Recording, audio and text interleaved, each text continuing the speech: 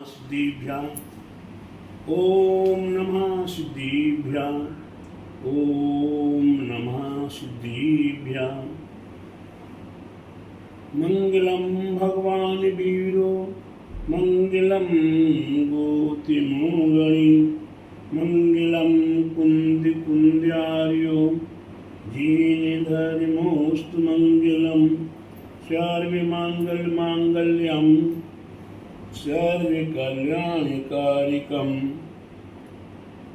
प्रधानं सर्वधर्माणां जैनं जयतु शासिनं जैनं जयतु शासिनं जैनं जयतु शासिनं प्रय समय जिन धर्म की जय प्रय विश्व धर्म की जय श्री मानव धर्म की जय श्री महावीर भगवान की जय श्री दर्शांग जैन वाणी माता की जय कुलाचार्य गुरुवरी स्वाठे परम तपस्वी वंचरी परमितिशी संत शिरोमणि पंचवर्ष के जन के त्यागी सुदम सेनानी ज्ञान वृद्धि तपोवृद्धि वयोवृद्धि आचार्य श्री स्वाठे नेमी सागर जी महाराज की जय। भव्य आत्माओं, यहाँ शांति धारा का प्रसंग चल रहा है। शांति धारा हमारे आपके जीवन में अखंड शांति हो, ऐसी शुभ भावनाओं के साथ अखंड शांति धारा की जाती है। यहाँ शांति धारा की बीजाक्षर मंत्रों के साथ भूकंप आदि भयम छिंदी छिंदी बिंदी ज्वार भाटा भूकंप आदि आते हैं, जिसके कारण वह देश वह राष्ट्र वह स्थान वह नगर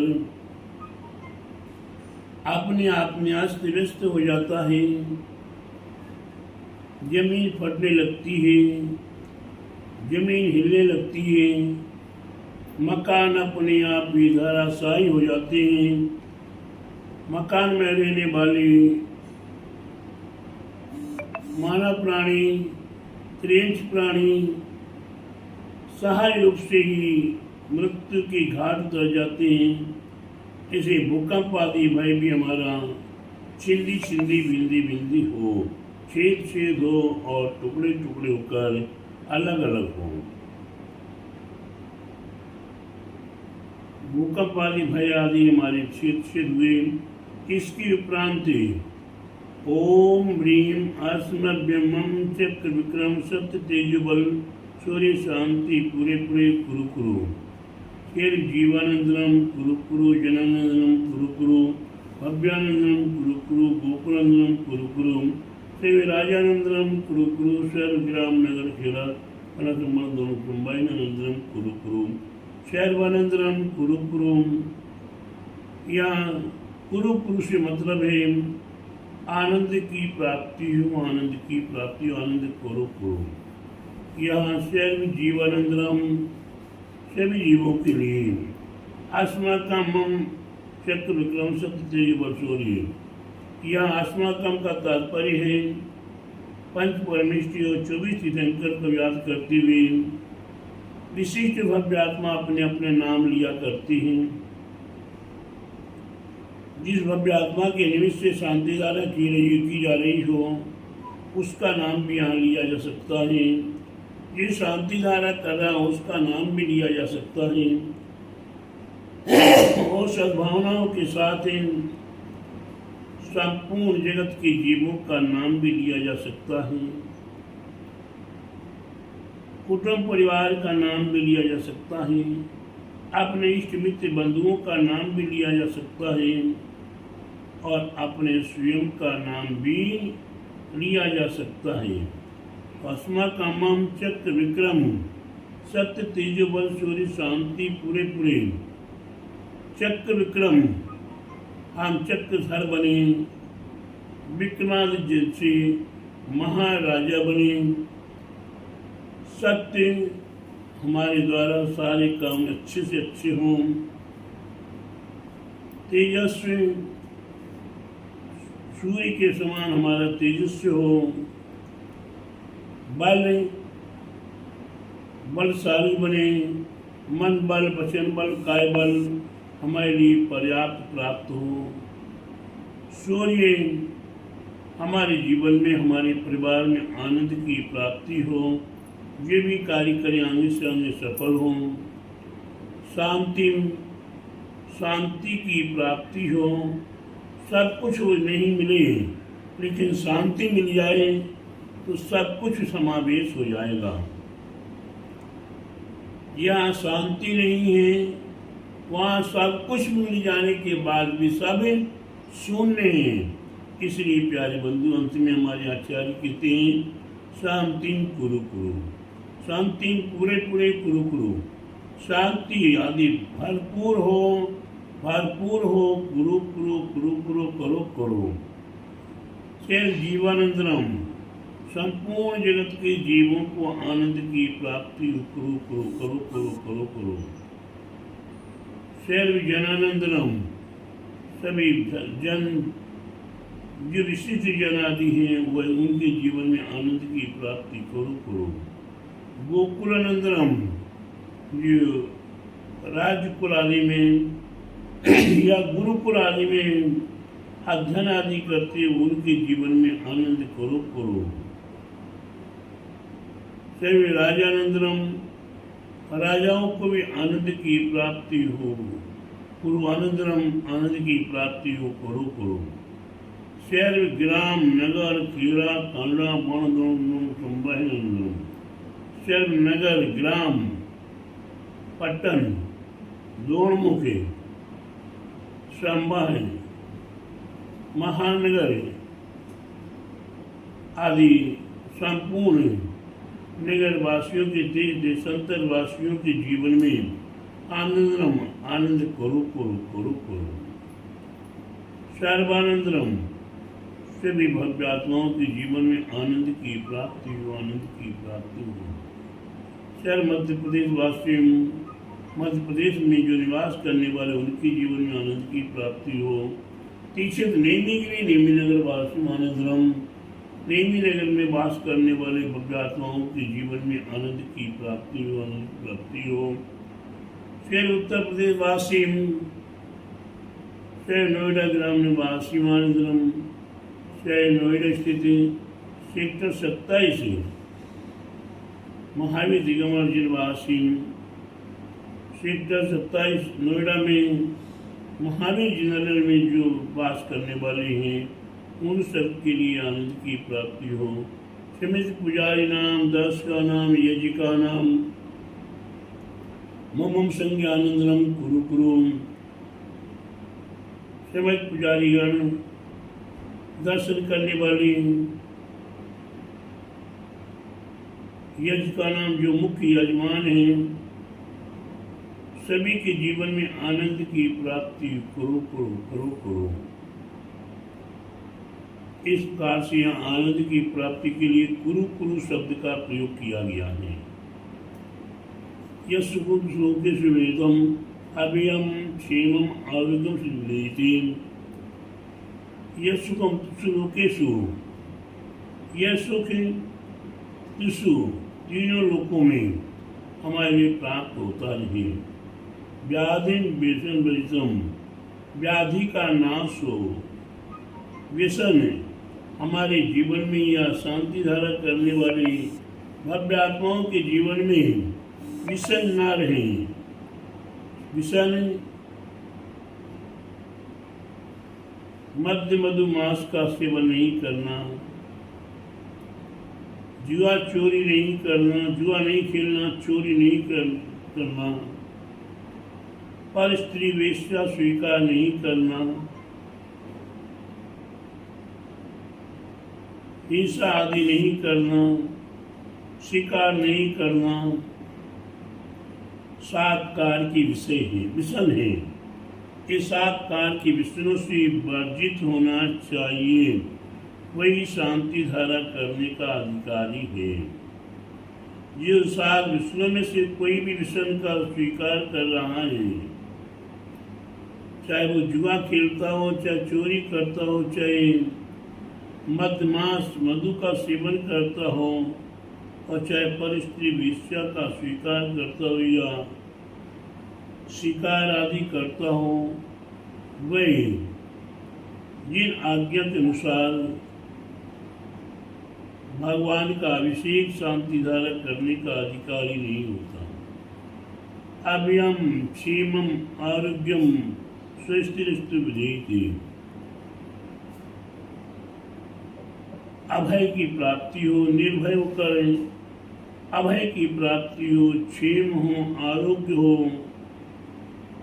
स्वस्थि माने स्वस्थ लाभ हो, इस प्रकार से जो शांति धारा करने वाला व्यक्ति है वही निष्काम हो, निर्लोभ हो, निष्कषाय हो, वही जो भगवान की शांति धारा करने का अधिकारी है। और उसी के लिए शांति धारा ये सुख शांति और समृद्धि को देने में समर्थ होती है। अगर आपके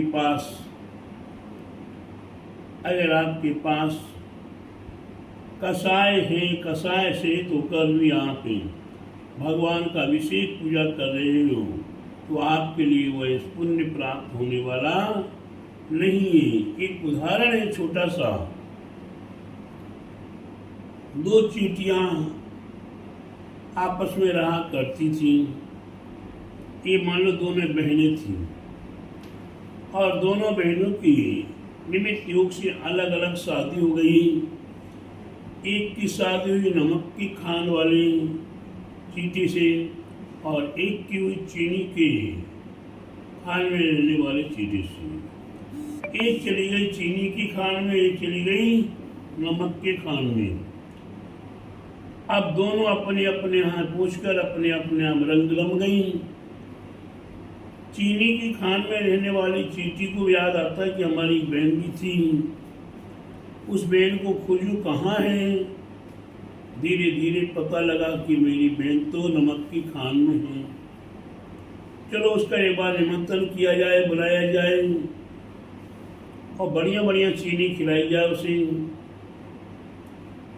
वही नमक की खान में रहने वाली चींटी जब अपने बहन के यहाँ जाने को तो विचार करती है तो सोचती है कि यहाँ जो मिल रहा है खाने को वहाँ मिलेगा कि नहीं मिलेगा। इस निमित्त से उसने एक मुख में नमक की डली दबा ली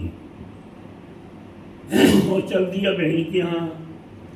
अब वहाँ बहन के यहाँ पहुँचने के बाद वह बहन बढ़िया बढ़िया चुनंदा चुनंदा चीनी रखी हुई थी, उसने खिलाई। कैसी बहन? अरे हमारा तो वही अच्छा था, हमारा वही अच्छा था। बार बार खिलाने के बाद भी वह क्या बोल रही चीनी नमक की खान में रहने वाली कि हमारा तो वही अच्छा था। इस बहन के मन में विकल्प हुआ कि भाई मैंने इतनी बढ़िया अच्छी भावना से इसे बुलाया, इतनी बढ़िया बढ़िया अच्छी से अच्छी चीनी चुन चुन के इसको रखी है खिलाने के लिए, फिर इसके बाद भी इसको ये अच्छी नहीं लग रही है, वही नमक का अच्छा लग रहा है इसको। विचार करती है। विचार करने पर मन में विचार आया कि एक बार इससे गौ की कुल्ला तो करो। उसने उसकी मुख शुद्धि कराई। मुख शुद्धि करने में उसके मुख में क्या था? नमक की डली रखी हुई थी। वह नमक की डली निकल गई।